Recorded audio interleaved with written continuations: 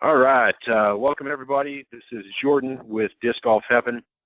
Today I have a recent explosion, I guess, onto the PDGA Pro circuit, especially in the Upper Midwest, out of Minnesota. Today I have with me Alex Geisinger. I guess not recent. When did you turn pro, Alex? 2013, I believe. 13? Okay. Alex is 1025 rated here as of our interview, PDGA number 52063. Welcome to Disc Golf Heaven, Alex. Thank you. And I lied. It's Absolutely. 2012. 2012 is when you started PDGA. Okay, cool. Yeah, How long did you play? Say that again. I have to look up my own stats still when I Oh, go through this stuff. there you go. How long did you play before you became a PDGA member? Probably, I started in the fall of 2011. I didn't play it all in the winter. And then I started up in the spring, I guess. So I probably played for like 3 months maybe before I signed up. Okay. You're a heck of an athlete. Did you play baseball, basketball, football? I mean, most people don't pick it up and turn pro a year later and start winning. So, Yeah. How did you start getting into disc golf? Hockey was my big one, but I played just about every sport minus basketball. So minus baseball. Why not basketball? I was, I don't know, it was never my sport. Never really into it. I was more into the contact sports. Playing football and hockey were my two favorite ones, and then I played baseball, lacrosse, soccer, you name it, I tried it. Yeah. So you're pretty athletic growing up then, huh? Yep. Very cool. Never stopped. Never stopped. There you go. Just real quick, I guess some personal stuff on your end. Congratulations, you are engaged to your fiance Jessica, and then your son is just turned 4 years old. His name's Owen. Is that right? Yep.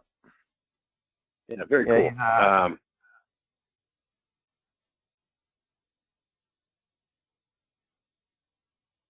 You go ahead. See, there was a Facebook quote you had on there. Your son, where you're out a video, I think, throwing with him some forehands or something, and you had a quote on there. He said, "Dad, this is fun. I want to go and throw discs instead of playing inside." Yeah. That's that cool. was a good thing to hear. Even though he still wants to hang out inside now after the fact, but yeah, just seeing that the one day gives me hope to get him outside more often. There you go. And he just turned 4? He's 4.5. Turns 5 in December. 5 in December. Yeah, very cool. Yeah. Yeah, you're just getting to the fun stuff. I've got an 8-year-old daughter, so she didn't really pay attention to disc golf until the last year or so. So if he's enjoying it now, keep going. You got a good start. Yep. Yeah, he watches me practice putt all the time, and he starts picking up the disc and throwing it and getting caught into it just like I did. That's right. That's right. Well, you've got some pretty big name sponsors here in the last year or two. You actually took home your first Open win in 2013. Was that a year and a half after you started playing? Right? Yeah. Yeah, I think it was about a year and a half, somewhere around there. Mm-hmm. And then, 3 years later or so, you've got the biggest name in the sport, Innova Discs, as your disc sponsor, Airborne Disc Golf, Upper Park Designs, Delta Disc Golf, Vision Quest Park, Marty Chiropractic there in your town, and then Sports Sack. So you brought on a lot of sponsors here. I mean, obviously Innova is not a slouch when it comes to sponsorship. So did you pursue those guys, or did they come and find you? So pretty long story with that one. I I had two previous sponsors. Well, I've gone through a couple sponsors that I'm no longer with, but my very Hmm. first sponsor was called Tie-Dyed Disc Golf, or Tie-Dyed Discs, and Hmm. I actually won that sponsorship through my first, I guess it was advanced A-tier win. Yeah. So I won that sponsorship, and then he was in contact with some people over at Innova. And at the end of, I think, I'm trying to think, 2014, 15. So like the end of 2013, they had contacted me, but I was also kind of getting to be friends with Kayla Viska at the time. And Hmm. that's when Prodigy was starting up. And I could have gone with Innova in 2013, but I decided to take a leap of faith, I guess, with Kale and go over to Prodigy. Hmm. And I played with them for 2 years. I had some big, I mean, both my Majestic wins were with Prodigy, but I just wasn't very happy, I guess, with my discs. I had a very limited selection of certain runs of discs that were not being made anymore, and I did not like some of the discs that were available to me. Hmm. So after 2 years and beating in all the discs that I had that I liked, I was kind of running out of options. I decided to talk with Jonathan Poole when I was at USDGC in 2015, and we had a pretty good, I mean, not super long conversation, but we basically came to an agreement at once my contract was up with Prodigy that there was a spot for me over there at Innova, and Hmm. I happily made the jump over and haven't looked back since. Yeah, very cool. Sounds like the other sponsorships have kind of followed in line after getting your disc sponsors. Obviously, Prodigy first, and now Innova. Yep. Trying to think here. Actually, well, so Airborne I was sponsored with before I had a sponsor. I mean, that's obviously Kale Viska, and Right. he basically kind of, I feel like I owe it to him to basically where I'm at as far as getting me out there to see other tournaments and actually traveling around to like hit the bigger events and stuff because I didn't really know what was going on with disc golf in the beginning. I just played it and I was kind of good at it fast. And then he kind of told me I should try some out-of-state tournaments and just kind of broaden my horizons. And I did that the last couple of years. And then this year I'm staying more local. I don't have as much PTO to travel because I burned up a lot of it at the end of last year with the Disc Golf Pro Tour Finals and the USDGC. Hmm. So I'll be hitting a couple surrounding state A tiers and stuff, and then USDGC again this year, but no Worlds and no other Pro Tours or World Tour events this year. Okay. You got to make a living, right? You just bought a home with your fiance for your kids, Yep. so yeah, you know, got to have a place for the family. So good job. Yep. uh, Actually, that was one thing you mentioned, Worlds. That was the one thing looking through your PDGA history that I did not see. Have you ever competed at a Worlds event? No, I have not. It's just too much of a time commitment. The way I see it, being a full-time employee and only having so much PTO is in the time that I'd have to take off to prepare for Worlds and play Worlds, I could play 3 to 4 A tiers. Yeah. So it doesn't really weigh out for me. I mean, maybe sometime down the line where I gain more PTO where I have excess, I should say, I'll maybe go for Worlds, or if they shorten Worlds like they had been talking about sometime last year, Uh-huh. I'd definitely like to attend it. It's just it doesn't make sense financially, or I mean, it's just being away from home for a week, like going to glass blowing. I was gone for like 6 days, and it Yeah. was tough. Yeah, not only your kid, but missing out on, like you said, the financial, and then obviously you're getting married here. When is your wedding date? May 18th, 2018. So Okay, just so just over a less year. than a year. Oh, just less than a year. There you go. Yep. Cool. Very nice. Very good. Well, you've got quite a few tournaments there in your region. But man, I wish I had that here. I'm on the western, I guess not the West Coast, but just inland in Boise here in Idaho. But Worlds is not too far away from you a lot there, so I would guess here in the next couple of years, well, I guess if you can trade one tournament for 3, you might always want to do that. I don't know. Yeah. What's your perspective on that? Yeah, I mean, when it comes to the money side of it, it makes more sense to go to 3 A tiers because, say, I go to Worlds and have a tournament like I had last year at the Green Mountain Championships, and I tank it the whole time I'm there. It's gonna be a pretty devastating hit versus maybe doing well in 2 A tiers and tanking 1, or even doing well in all 3. Mm-hmm. I always seem there to you go, have having a good opportunity. Yeah. Yeah, I always seem to have that 1 or 2 tournaments a year where I just forget how to play disc golf. You're preaching to the choir there, man. Yeah, it happens to all of us.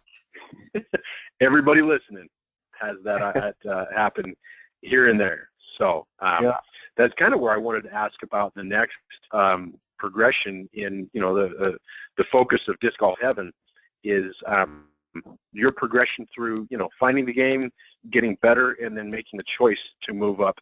You won the 2012 Minnesota Amateur Championships. And that's not a small tournament, right? No, it's an A tier, pretty big tournament. An amateur A tier, exactly. Yeah. So you won that back in 2012. That was the first year, or maybe the second year you'd been playing. So what made the difference? I guess what was your decision-making process moving up to Open just after 1 year, or maybe less than a year of playing amateur disc golf? It was more so. Well, okay, so the deal was with my sponsor that I gained with that tournament win. He was going to sign me up for the Minnesota Majestic in the Pro Division, and they paid for me to go. Yeah, and they paid for me to go to the. They took me actually on a trip to the USA DGC in Michigan. Yeah, in Michigan, right? Yeah. So we went out there, and I finished 10th, but I had the lead going into hole 15, the final round. Oh, man. And, yeah, I melted. But, so he signed me up for the Majestic after the Minnesota AMs win in Pro, and I was like, okay, well, it's not my money, so I'll give it a shot, whatever. And first time I ever walk onto the course, playing in a pro tournament, didn't really consider myself a pro. I'm playing with Ken Climo. Is that right? Yeah. We started on hole 5 at Blue Ribbon Pines. Our last hole was hole 4, the signature hole. And he beat me I think he beat me by 26 strokes that round. Okay, so your first pro tournament, you step up, you're sponsored as an amateur into the tournament, and you start off on hole 5 at Blue Ribbon Pines. For those of you who don't know, Blue Ribbon Pines is one of the most talked about courses in the U.S. There are players who are sponsored. Tim McDill actually is a sponsored player by Blue Ribbon Pines. So this course is not, you can tell everybody about it, but this course is not easy, right? Definitely not. Definitely not. So your first pro tournament, you step up to the tee box, and you're playing with the guy that all of us grew up watching and idolizing playing disc golf, if you've played for any length of time, more than about 5 or 10 years. And how was that? That must have been just shaking in your boots on hole 1, right? Yeah, I didn't really know too much about disc golf at that point, other than, I never really was a guy who went and watched YouTube videos of tournaments and whatever. I just went out and played all the time.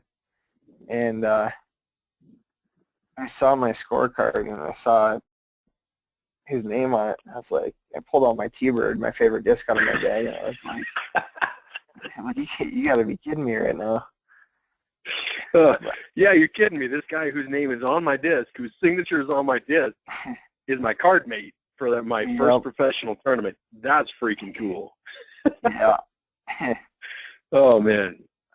So you said he ended up beating you by 26 strokes.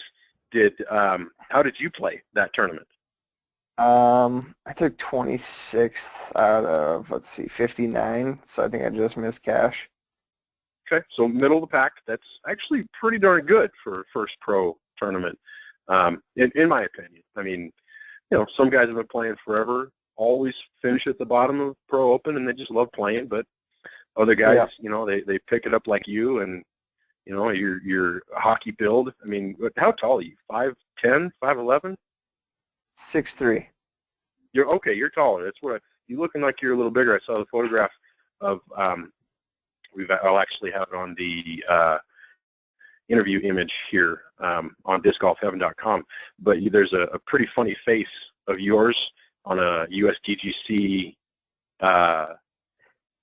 image with the Innova banner next to it. Oh, yeah. Everybody will see it. You know which one I'm talking about. That's the hug face from the hug distance face. There you go. competition. Yeah, there you go. Very nice. That was the distance competition then, right? Yeah. Okay, so that was your. That was the distance showcase, I guess. The competitions. Yeah, the competitions prior to that, and it's basically like the top 4 people are gonna go throw over the lake for just a showcase. Was that the one? Big Germ made one in on video. The first one across the lake that went in. Was that him? No, I don't know. I think that was 2014. Pretty sure 2014 he threw in because 2015 was the year that I won the competition, and then they had to cancel the showcase because it got rained out. Last year. Then that was 2015. Oh, the prior year, the one that you won the distance comp. Okay. Yeah, and then last year, Nico won the distance competition. Yeah, okay, I remember that. We did the showcase after, I think, the first round because we were getting the bad weather that actually ended up canceling the final round. Right. So your distance comp win was 15 at USDGC? My what?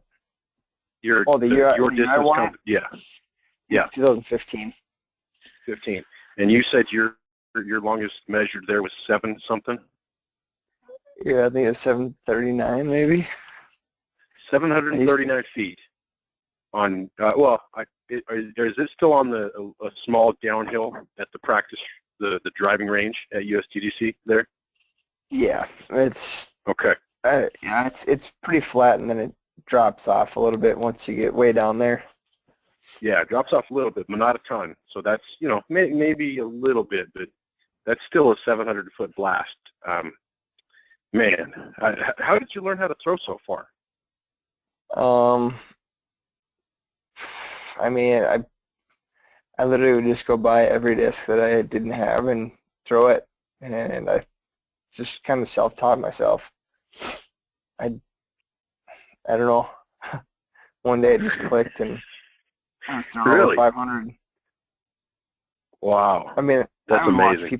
I would watch people that were better than me when they were playing and stuff, and kind of try and diagnose what they were doing.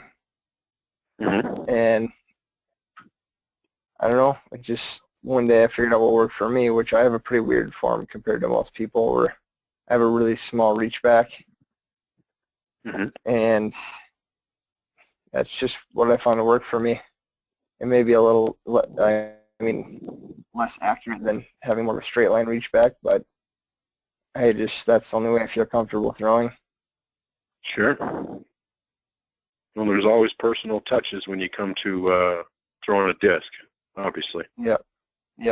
So you were staying on that distance focus here. You mentioned to me before our interview here that your longest measured throw was last year at the Desert Comp distance competition in Ely, where David Wiggins Jr.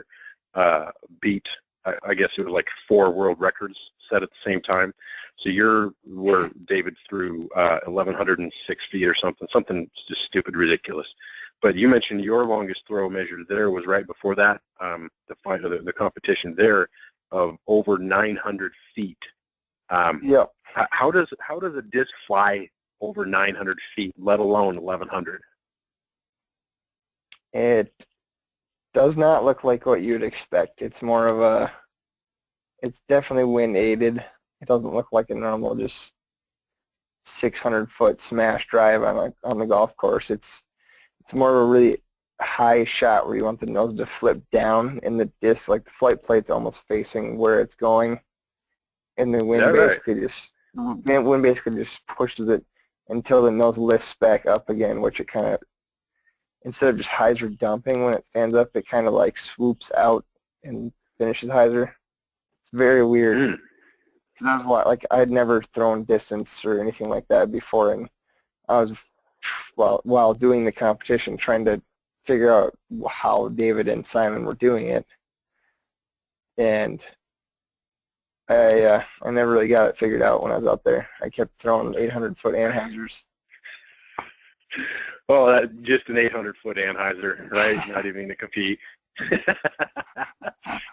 Sounds like you figured it out a little bit. I mean, 930, 935, I think is what you mentioned, 934. Yeah. That's a wow. But, if you're not throwing a regular disc golf drive, I guess there's quite a bit of a learning curve when it comes to that situation, right? Yeah. Yeah, I had, like, the one that I hit 934 on was the only shot I threw that did the right flight like theirs were doing. Uh-huh. And I couldn't reproduce it. I don't know what I did or how it happened. And those guys were doing it probably 3 out of 4 times when yours was 1 out of 4 or 5. Does that sound about right? Yeah.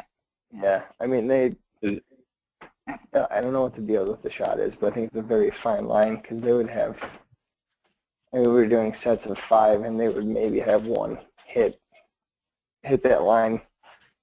If not, sometimes they would throw 10 shots and wouldn't hit one, and then there'd be they'd hit like 3 in a row. It's something weird.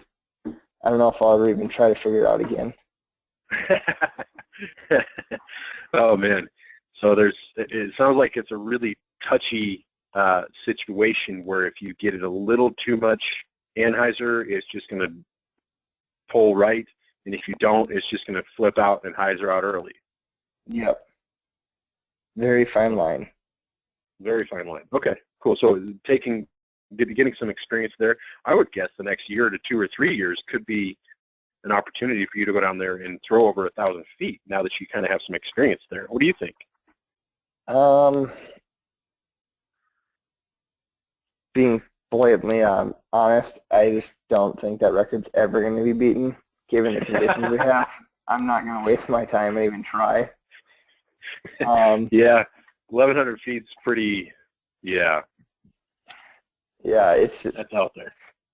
I mean, everyone that was there that day, we were talking about it, and everyone's saying, we wrecked distance throwing forever that day because it's never going to happen again. It was 70-mile-an-hour winds, and the craziest thing was that he had one that actually hit the line and picked up. Usually, they were saying when we were warming up that day, they're like, yeah, no one's going to get anything to go because with that much tailwind, everything's just going to flip down, stall right away, and maybe hit 500 feet. David actually, I think he borrowed someone else's discs that day. They're like some 130 R Pro Bosses, and that thing, it was the craziest thing I've ever seen. It just, I was seeing the 800-foot shots the day before, and I was like, wow, those are pretty far. And then when you see the disc almost disappear in the sky as it's still flying, it was wild. Yeah, I bet. There were a lot of world records destroyed that day in the desert, obviously. Yeah. Yep. Wow. Cool. Well, man, not many people get to go experience that, so I bet you that was a ton of fun. Anyhow, Yeah. getting back to kind of more of regular disc golf as opposed to just pure distance, you had your first win pretty recent after you had started playing and become a PDGA member. Your first Open win was the South St. Paul Open of 2013. What do you think took your game from, you know, the point of becoming a PDGA member and then winning an amateur tournament and then winning a pretty big amateur tournament and then getting into the pro ranks? It kind of seems like you didn't have much experience as far as that you couldn't win. How did that feel to have that first Open win?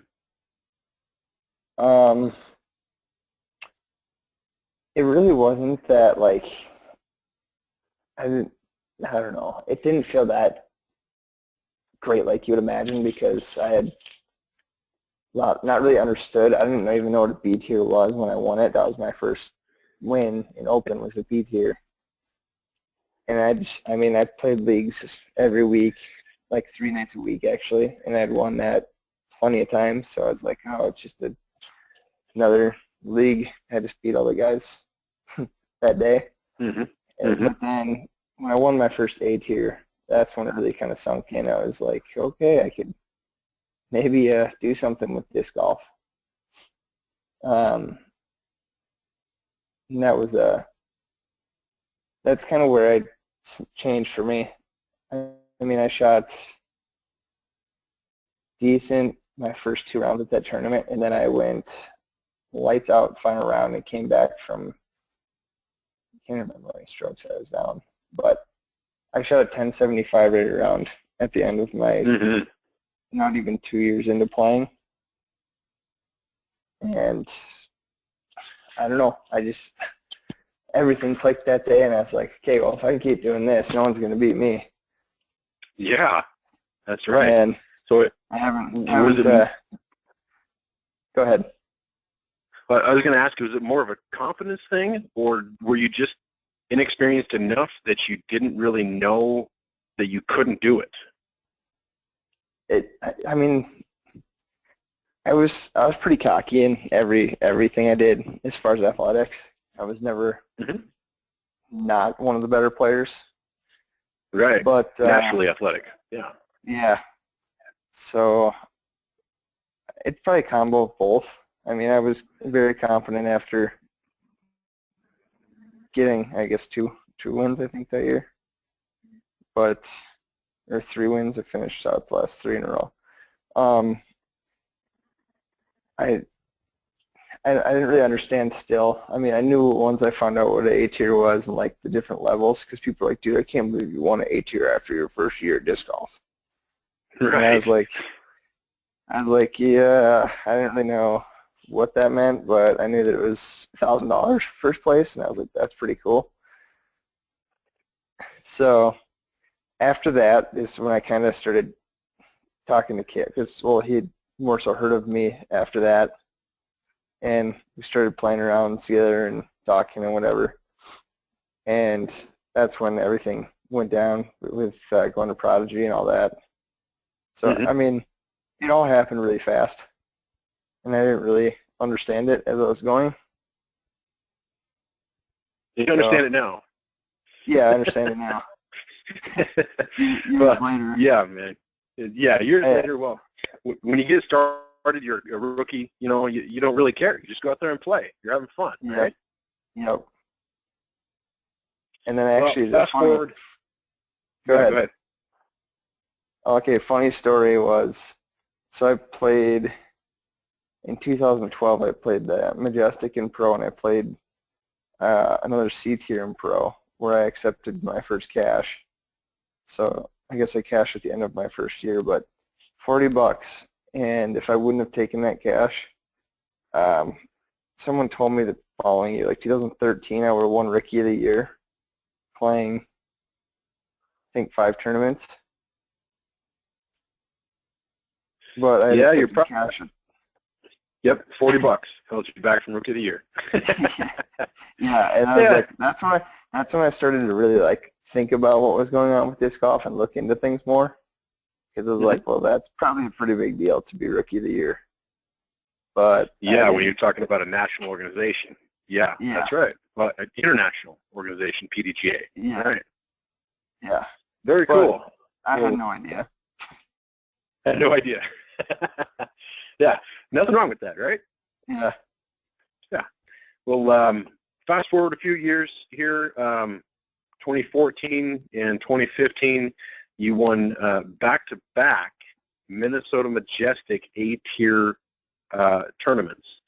Um, so 2013, you win your first Open tournament after winning the 2012 major amateur tournament, sorry, an A-tier amateur tournament. And then 2014 and 2015, you win the Minnesota Majestic. Um, in your processes there, I mean, moving from playing one, just finding the game, then winning an amateur tournament, winning a pro tournament, and then winning back-to-back big, um, big tournaments, A-tier tournaments. What was it that took you to that level so quickly with your mental approach and your practice routines? I've never really understood it, to be honest. I'm pretty terrible still to this day when I play rec rounds.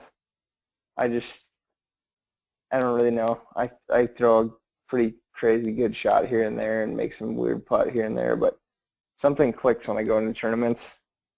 And it doesn't happen all the time because I do have those off tournaments, but I don't, I still don't really understand it. I can bring a 10-50 game to a tournament and then play like 9-10 on just some random day. So I don't even know how to answer that for myself at this point. Just weird. Well, it sounds like you've been competing all your life. Is that right? Yeah, yeah, yeah, pretty much. So maybe that's got something to do with it. Yeah. When you're used to competition, you just tend to focus. I don't know. In my experience, it gets easy when you practice competing against other people and performing at a high level. No matter what the sport or what the application, you're going to have that mentally developed skill of focus and turning it on when you choose to turn it on, as long as you have the skill set. Yep. Is that your experience with athletics growing up, or is it different than that? Yeah, that kind of makes sense. I mean, playing hockey as long as I did, I would never notice what's going on off the ice, like in the stands or any of that. So, I mean, I guess that could probably be something that led towards it. I still don't understand. I can go sit outside and practice putt and make like 4 out of 10 from 30, and then I go into a tournament and maybe make all of my 30-footers. Wow, that's a very unique trait of disc golfers that you just generally don't see that. Usually the guys who are making all of them in the tournament are the ones that are making them all in practice as well. So, Yeah, man, you've got some pretty I guess extensive experience when it comes to competition. That's the only thing that makes sense to me. But that a lot of that stuff when it comes to performing doesn't really make a lot of sense consciously, right? yeah. Yeah, I mean, some of my best rounds is when I'm not even paying attention. Like, I like that 1075 when I came back and won that tournament.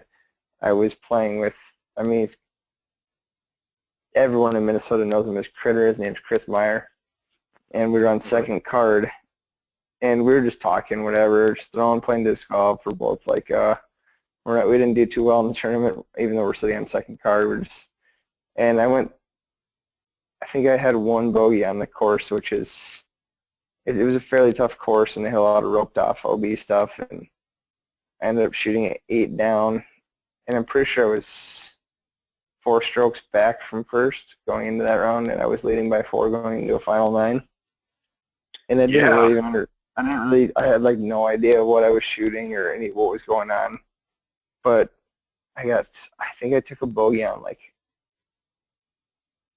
let's see, I think we started on like 17 or something. So I took a bogey on like hole 12, and I kind of got pissed off because it was a spit out, like spit through putt for my 3-putt, and Critter was just like talking to me. He's like, oh, whatever, don't even worry about it. Just shut up and keep playing. And we just started talking again, whatever. And then I think I birdied out after that. And they're not, like, you see some easy birdie holes, whatever. They weren't easy birdie holes. It was just, everything was clicking. I wasn't paying attention, just going through the motions. And at the end, I was like, wait, what did you guys shoot? And I shot a 48 or 46. Okay, that was pretty good. Well, a lot of golfers, ball golf, disc golf, performers in athletic endeavors, they'll tell you that when you're unconscious, when you don't really pay attention, that you're more in tune with what you're doing, more, I guess the best word to use is present. You're actually there enjoying the situation and throwing the shot to the best of your ability and just letting it go. It doesn't really matter what happens, so you're not attached to the outcome. I've talked to a lot of pros about this stuff, and when you start to get to that level and you can repeat it again and again and again in competition situations, that's when you get to the level of Barry and Ken and Ricky and Paul, just to the you've practiced it enough. And by that time, it sounds like you've been playing enough, getting into 14 and 15. Well, actually, let's get into 2016 here a little bit. Last year, you had, 3 wins, and then at the majors, USDGC 13th, Vibram Open 8th, and then KC White Open 6th. Major, obviously, and then 2 8-tiers. Did you do anything particular to practice and prepare for those tournaments, or is it just your regular, weekly play in league? Let's get ready to have fun. And how does that differ when you get ready for bigger tournaments? I mean, I basically have the same routine I should say I have more of a tournament routine versus just a local thing. Like, I'll usually fly out a day or 2 early for those tournaments, like KC I'd drive, but I think Vibram, I was there. I had 1 day to practice, so I think I played like 2 or 3 practice rounds in 1 day. So I don't know, I go beat myself up, and then I'm sore and beat up going into the first round of the tournament every time. But it's just something that I do. Every time, like, okay, don't go overdo it. Don't go kill yourself before the tournament. And then I do it anyways. Every single time. And actually, Green Mountain last year, my worst tournament of the year, was the only one that I didn't overdo it at, because we went and saw a bunch of cool stuff, and I think I played 1 round maybe on each of the courses, and I think we were there 2 days early, and it was raining the whole day, so I was just like, oh, whatever, I don't even care, I'll just play, I'll be fine. And then I sucked horribly. Took like 50th when I think I averaged 5th place the whole season in the Pro Tour, and I took 50th in the last event. Yeah. Oh man, those things take some getting used to.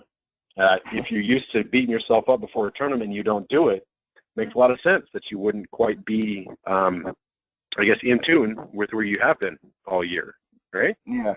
Yep. Yeah, that might have been my problem last weekend too. Is that right? Just played and didn't perform as well as you wanted, huh? Oh, it was brutal. I mean, I shot like 1,003 right around and like a 990 something, but it just felt super sloppy. Nothing was going right, and one of those just completely off days where you know the shot, you can throw the shot, but then you can't that day. Type of deal is going on. Mm-hmm. Yeah, that competition, I guess, inhibition, I don't know if that's the right term for it or not, but that competition pressure, getting ready for that stuff is a big focus for a lot of guys who play a lot of tournaments. So it's interesting to hear that you your body is used to being beat up when you put pressure on yourself to perform. And a lot of guys like the opposite. They want to be fresh and ready to go, throw one to round one, as opposed to, having thrown 2 or 3 rounds the day prior, getting ready for the tournament. Yeah. It's all personal when it comes down to it, Yeah, and I think for me, it's more what I'm used to. I mean, I'll go work. I get up at 5 in the morning for work, and I'll usually go. I mean, I leave on my route at 6. I usually get back by about 2, and I have to pick up my son from daycare by 5. So generally, all my practice rounds are right after work. I'll whip through a round real quick, and then go get him, come home, cook dinner, do whatever we got to do around the house, and then maybe I'll go out and practice putt for a little while out on the side of the house. But I just, more so when I'm playing, like my everyday play and my practicing, I'm always tired. So I don't know if that's where it transfers into beating myself up before a tournament makes me play better. Right. Just You're used to playing tired, right? Yeah. Yep. I mean, I think, what year was it? 2013, maybe. Actually, it was my first win in pro. That tournament, I didn't even sleep before because I used to work overnights.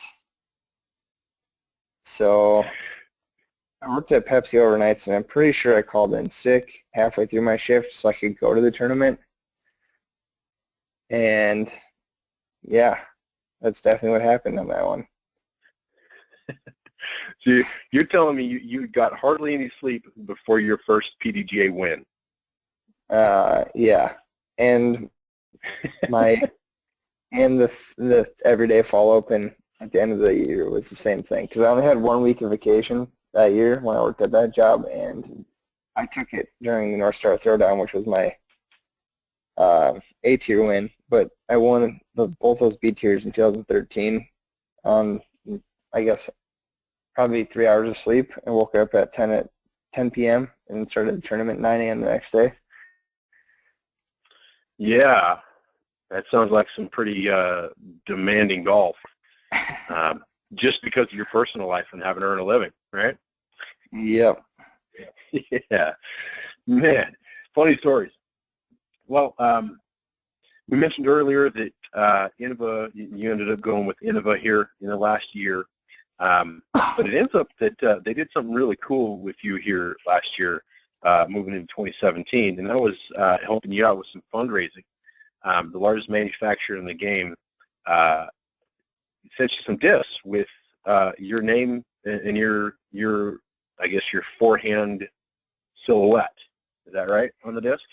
Yeah, it's actually part of our team. I'm team champion. So we had in our contracts, we had 100 discs for fundraising, and I'm pretty sure it was in my contract last year too, but I didn't really pay attention to it because I didn't really know what it was about. So this winter, I talked to, I think it was Jonathan Putz who was talking to about it, and he goes, yeah, basically you just have someone make some artwork or whatever, and send it in, have them stamp them up, whatever it is you want, and then they're yours to sell. And I was like, well, that's pretty awesome. So I think maybe 2 months worth, I made a couple Facebook posts like, hey, anybody want to help me out with this, whatever. And then Marcos Castillo messaged me about this guy Sam Smith down in Arizona, who had been doing a bunch of his work in tournament, tournament stamp disc type stuff. And so we got to talking, and I think it was within about 2 days he sent me what is almost the same as the final product of that stamp, and I was like just amazed. So I was his first first pro stamp, I should say.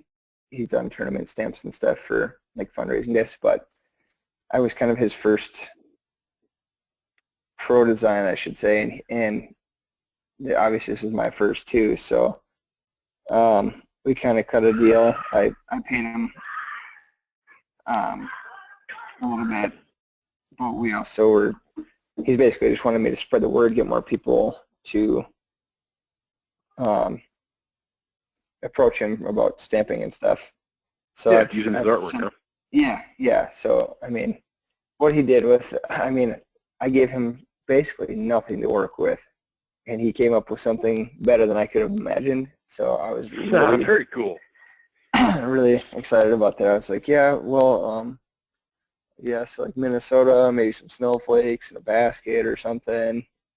2 days later, I get that, and I'm like, okay, you're good. It's pretty amazing. Yeah, very cool. Do you have any of those left? And what were they? What are they? I don't. I actually sold out of all 100 of my discs, but I had KC Pro Color Glow AVRs, Champion MD3s, Luster Destroyers, Star Destroyers, and Color Glow Flat Top Firebirds. Ooh, yeah, those are the same as the Sextons, aren't they? They're similar. Mine are like board flat, and they're a little more overstable. So, yeah. Yeah, I really liked the Nate Sexton Firebird until I got my own, and now I don't. Until you got your own. Not many people opt for their own disc over a Nate Sexton Firebird, so you're in a very exclusive company. Yeah, it's well, pretty good disc. I did actually plan on selling all of them, but then I threw one, and I was like, okay, I need to save like at least 3 more of these for myself in case I lose it or feed it in too much. So I guess I sold 96, 95. 96. Okay, so you've got a few, but those are not for sale, right? No, those are mine. There you go. They're in my backup box right now. That's right. Everybody has a backup box. Yep. Well, if you get more of those here pretty soon, is there a chance anybody can get their hands on any of them? And if so, how can they do that? I mean, you can contact me on Facebook. I'm not exactly sure when. I believe I will be getting more, but I'm not exactly sure when. It should be sometime this year or this season, hopefully. But currently, we're out of order. Nice. That's never a bad thing. Back order is typically a good thing when you're selling things. So. Oh yeah. I was if you can get more of those, fast they went. There you go. That's right. If you can get more of those board flat Firebirds, I will definitely take one. I'll just have to get in line, I guess. Yeah. Well, maybe if I swap out my thrower, I could send you it. There you go. I would take it for sure. I'll even sign it for you. Thank you. Well, let's. If people are looking for your stuff, like I said, like you said, they can go ahead and get in touch with you on Facebook. Alex Geisinger, Geisinger, right? Yep. Okay, got it. Perfect. Well, thank you, Alex. I really appreciate your time here, giving everybody some insight into how you got started in the game and how to get better on their own. Any particular tips that you give when you're teaching or giving advice, kind of as our final thought here? Basically, a few people that I've given lessons to and taught, I should say. I mean, I don't sugarcoat things. If you're doing something wrong, I'm going to just spell it out for you and let you know. And I guess a lot of people like that because they just want to figure it out. I thought I was kind of, not the nicest guy in the world when I'm teaching people, but that's what they want, I guess. Because I was actually talking to a guy last night that I just randomly, he was putting and he had his finger like on the end of his putter, and his On the putt rim. was pretty, yeah, on the end of the rim, and obviously everyone knows you don't do that. Well, he didn't at the time, and I just was like, I've known the guy, so it wasn't like just a random guy, but I was like, why are you putting like that? What are you doing? I'm like, try this real quick, and then he just went and tried it, and I actually talked to him after my league that I run last night, and he goes, my putting's never felt so good. I'm hitting like 30 footers consistently, and it's that stuff makes me feel good after. I mean, even just the smallest little tips that help somebody's game. And then I struggle to figure out my own game. That's the best part. Yeah, in my experience, people who have taught themselves have a little more experience in figuring things out and how to explain them, as opposed to people who are taught by a professional. Not that either way is better or worse, but Yeah.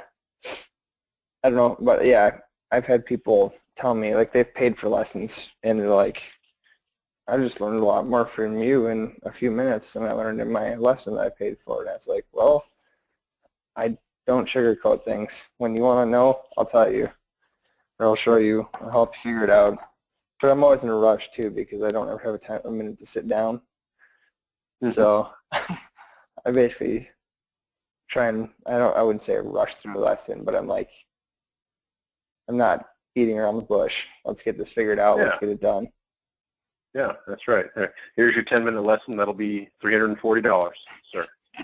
Yeah, free 50. I don't charge for lessons. 350. Well, that's nice. A lot of people around are giving away free advice, but be aware, because if you didn't pay anything for it, that's how much it's worth, right? Yep.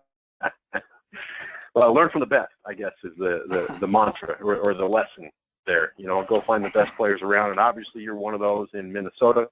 Got a few friends over there, and they said, you know, you're the one to talk to when it comes to up-and-comers there. So thank you. Again, really, really appreciate the interview, Alex. Look forward to seeing your performance coming up here later this year, and especially at USDGC, and hopefully, crossing fingers, here at Worlds in the next year or two. Yeah, we'll see about that. See about that. Maybe a new position, new job. I don't know. With a kiddo and a wife and a new house, it's tough to cut off income and go make money playing disc golf. I understand. Yep. I'd be stretching it pretty thin if I was trying to do that. Yep. Perfect. Well, thanks. Please stay in touch on the Facebook page at Disc Golf Heaven. Facebook.com/Disc Golf Heaven. We'll look for you there, and really do appreciate your time and insight here at Disc Golf Heaven. Thank you. Have a good night. Thank you, too. Bye. Bye.